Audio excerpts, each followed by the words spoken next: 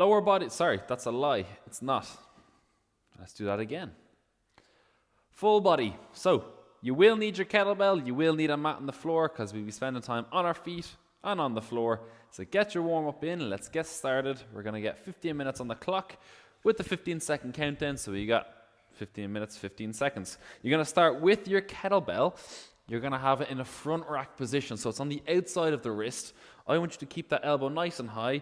Almost if you had two hands here, you touch knuckles the whole time. Keep it up on the right side. We are going reverse lunges. So let's go. Drop the back knee down, stand back up through the front leg. So we're constantly keeping that shoulder width between the feet if you're looking from in front or behind.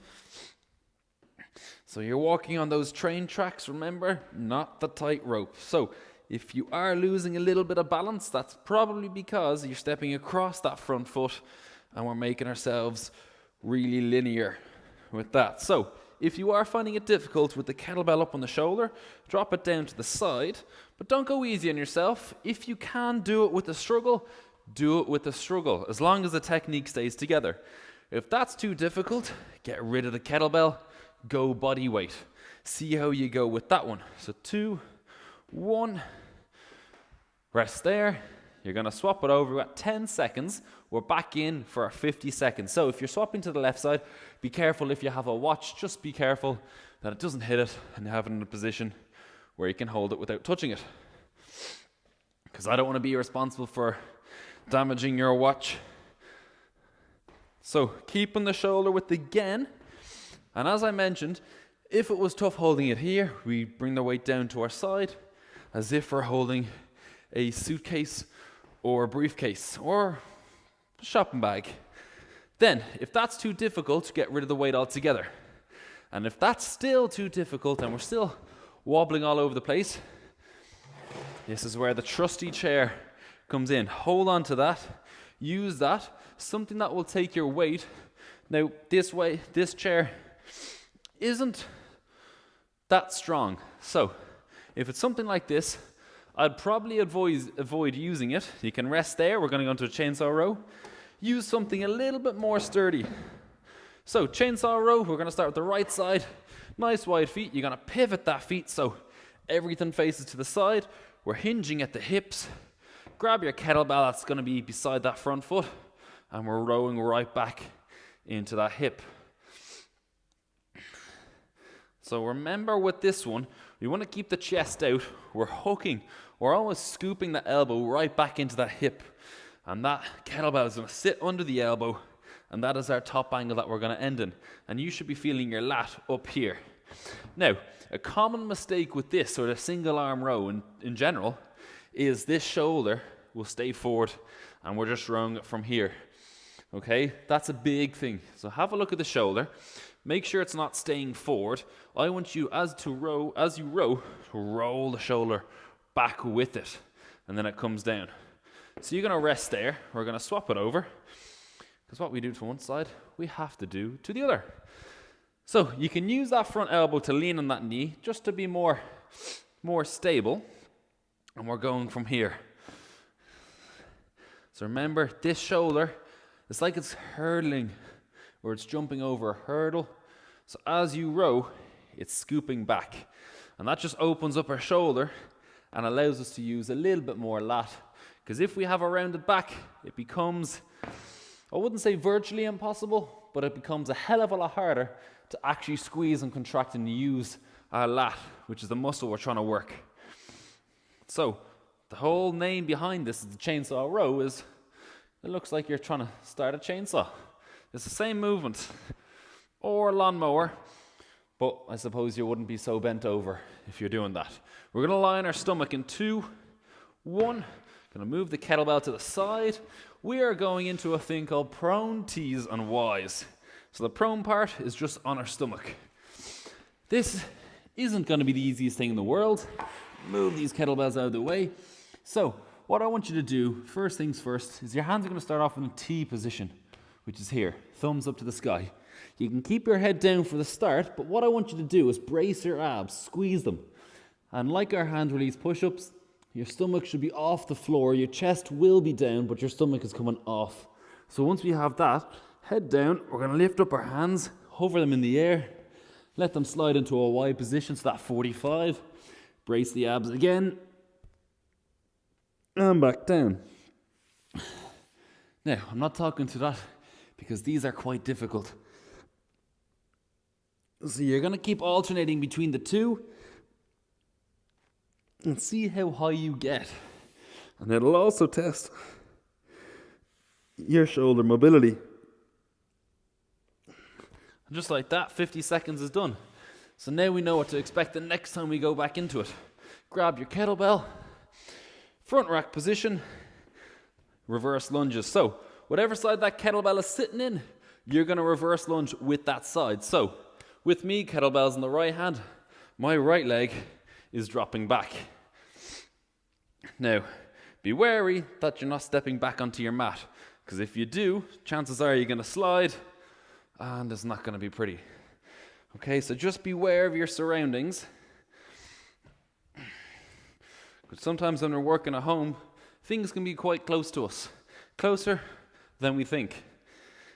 So just keep an eye out that things don't move and you don't push things into your way as you go. 3, 2, 1. And the one thing you'll note is if you are holding your weight up by the shoulder, just my hands feel like it's just floating here. So 2, 1, swap it over. One thing to note is there's more emphasis now on your core to do a bit more work because the weight's here. We got to keep everything nice and strong. We're essentially stacking this weight above our core. And this will work us in different ways depending on which way we hold it. So we're still working our quads, our glutes through our lunges, but if we swap the weight to down here, holding it like a briefcase or a shopping bag, that's going to try and pull us here. So our obliques, anti-flexion. Anti-flexion? That's a lie. What is it? Anti-rotation on these ones. That it stops us being pulled to one side. So when we have it up here, it's stacking all the weight down. So it's a little bit different. Drop that there. Get yourself steady. Steady? As in the middle of ready and set. So, whichever one you want to do. Chainsaw rows, swap into my right side. So right foot back, right hand rowing. I've created a hole for that kettlebell to row in. So just make sure you're rowing with that hand, with the same hand as the leg that is back. Otherwise, if you start at the left side, it's just blocked completely, okay? So this is the hole where I want you to row, or the pocket, shall we say, and roll that shoulder back as well. The elbow scoops right back to the hip. Get a squeeze on at the top, and then you're back down. And if you can, try not let the kettlebell touch the floor in between reps, because that gives you like half a second rep. We'll say half a second, okay? Half a second rest at the bottom. So if we don't give you that, it's going to be a hell of a lot more challenging. Drop it there, we're going to swap. But when we're in that position, try not have a rounded back and we do it from here, because then we're just putting stress through here. Try and get your chest out, almost as if you're going to stick your bum out. Stick your bum out, stick your chest out. That's essentially what we're trying to get. So you're starting with the other side.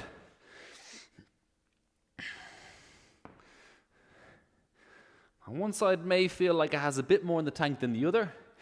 That's okay. The more we do it, the more we're going to close those differences. And it can be quite uncomfortable on that front knee, just to kind of put that pressure on it. So you can go unsupported. Now you may feel a good bit in the hamstring right here. That's okay. It's just the position we're holding. The hamstring is being forced to work a little bit. So just keep that technique the same. We're going to be on our stomach in 5 seconds, so just be ready for that. 2, 1. Move the kettlebell, move the mat. So, a Y into a T. Your T is directly out to the side. Your Y is 45 degrees. So, move myself in a little bit. So, brace the abs so the stomach comes off the floor. Hands up high. And back down. Get yourself into a Y. Now, these are so difficult done right. So it's easy just to kind of let yourself arch as we go through it. Your stomach or your belly button has to stay off the floor with this one. So squeeze your abs someone's punching you in the stomach. And when I say I'm taking a big breath in and I'm squeezing my abs as hard as I can, that's the effort that's required for this to do it right. Now, your T is not going to be the most difficult. However, your Y, it's a different story. And one more rep into a T. So it will definitely test the shoulder and your range of motion. There's a big sweaty mark on the floor. Right, back in front rack squat, front rack position with your reverse lunges. So make sure you're stepping back, but give yourself some room behind you so you can step back. So, we're on to round 3. So we got 5 minutes left. So we'll fly through that. We've already got through 10 or just over 10. And you can feel, if the kettlebell's here, you will feel your core working a little bit more because we are actually forced to squeeze our abs. Apologies for the heavy breathing, but talking while doing this and squeezing your abs about 90% of the time starts taking a toll and it catches up on you. Oh, drop it there. Get ready to swap. Watch the watch. I'll be so disappointed if I crack my watch. All right, let's go. Left side. Last 50 seconds here. Then you are done with your reverse lunges. So if you're happy with your technique with the kettlebell sitting up here, even if the kettlebell is down here, I want you to try and see if you can step up the pace just a little bit more. Technique has to stay the same though. It's just like a sped up version. So when you do it, you step back, accelerate to that front leg, and all you're doing is tapping your toe out in front, out behind it. Again. Whew. Keep the kettlebell up. Don't let it drop. Keep the elbow high. That's the first thing that's going to go without you realizing. 6 seconds. 3, 2, 1. That really adds up after the 50 seconds. It's not so much the quads that burn out. It's the kettlebell up here on the shoulder. Shoulder consists of smaller muscles. That means you're doing chainsaw rows right now. But that means with smaller muscles come less power and less fuel in the tank. So your glutes are going to work a little bit longer than your shoulders will because they're a bigger muscle and they're going to be stronger. They produce a little bit more force. And when I say a little bit, chances are they probably produce a hell of a lot more force. So if I look at my front delt, which is a tiny little muscle right here, the front of your shoulder, and then you look at my glute, same for everyone, your glute's going to be so much more bigger. So much more bigger, so much bigger.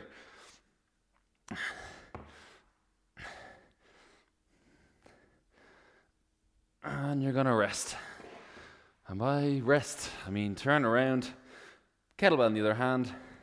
It's a nice little pivot on that one. Hinge over, chest out. So it's almost like I'm trying to arch my lower back. So just be wary of that. If you get into a position where you're here, it's almost like you're in the middle of a split squat. You can get in this position, shoulder blades back, hinge at the hips like you're about to do an RDL. I'm going to stick out my bum, and already I've just created the perfect position for a chainsaw row. Okay, so that is the position you're looking for. Now, it's not going to be easy when you're in a bit of a split stance like this. 50 seconds is a bit of time. You get a good few reps in. Keep going, nice and control, smooth. Everything stays nice and smooth. We got 3 seconds, then you're on your stomach. Back leg is shaking like mad. Drop it down. Watch is vibrating like there's no tomorrow. Probably telling me to record my workout. So, thumbs out to the side, into a T, head down, abs tight, back down.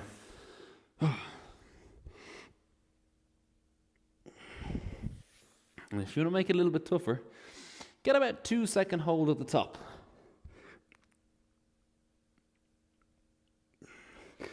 But with both of these ones, even when you squeeze your abs, you're going to hit a wall pretty early on. Do your best to kind of break through that wall where you get maybe a half an inch more. As if you're really trying to reach your thumbs to the sky. Now, I don't mean force yourself to get a half an inch more and you lose your whole posture. That's not what I'm saying.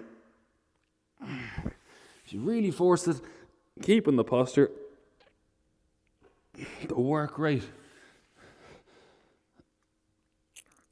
what's expected of you or asked of you by your muscles is a lot more.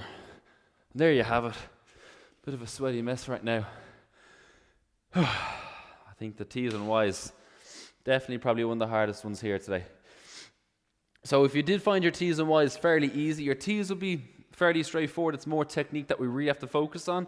So if the T's and Y's were fairly straightforward, chances are you didn't get the squeeze on the abs. We should be able to perform that exercise.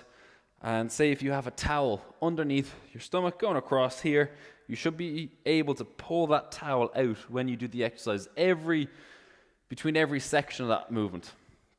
And if you can't pull that towel out, we're not bracing our abs enough. So there you have it. We'll see you guys again for a little bit of a nicer one tomorrow. Until then, go work.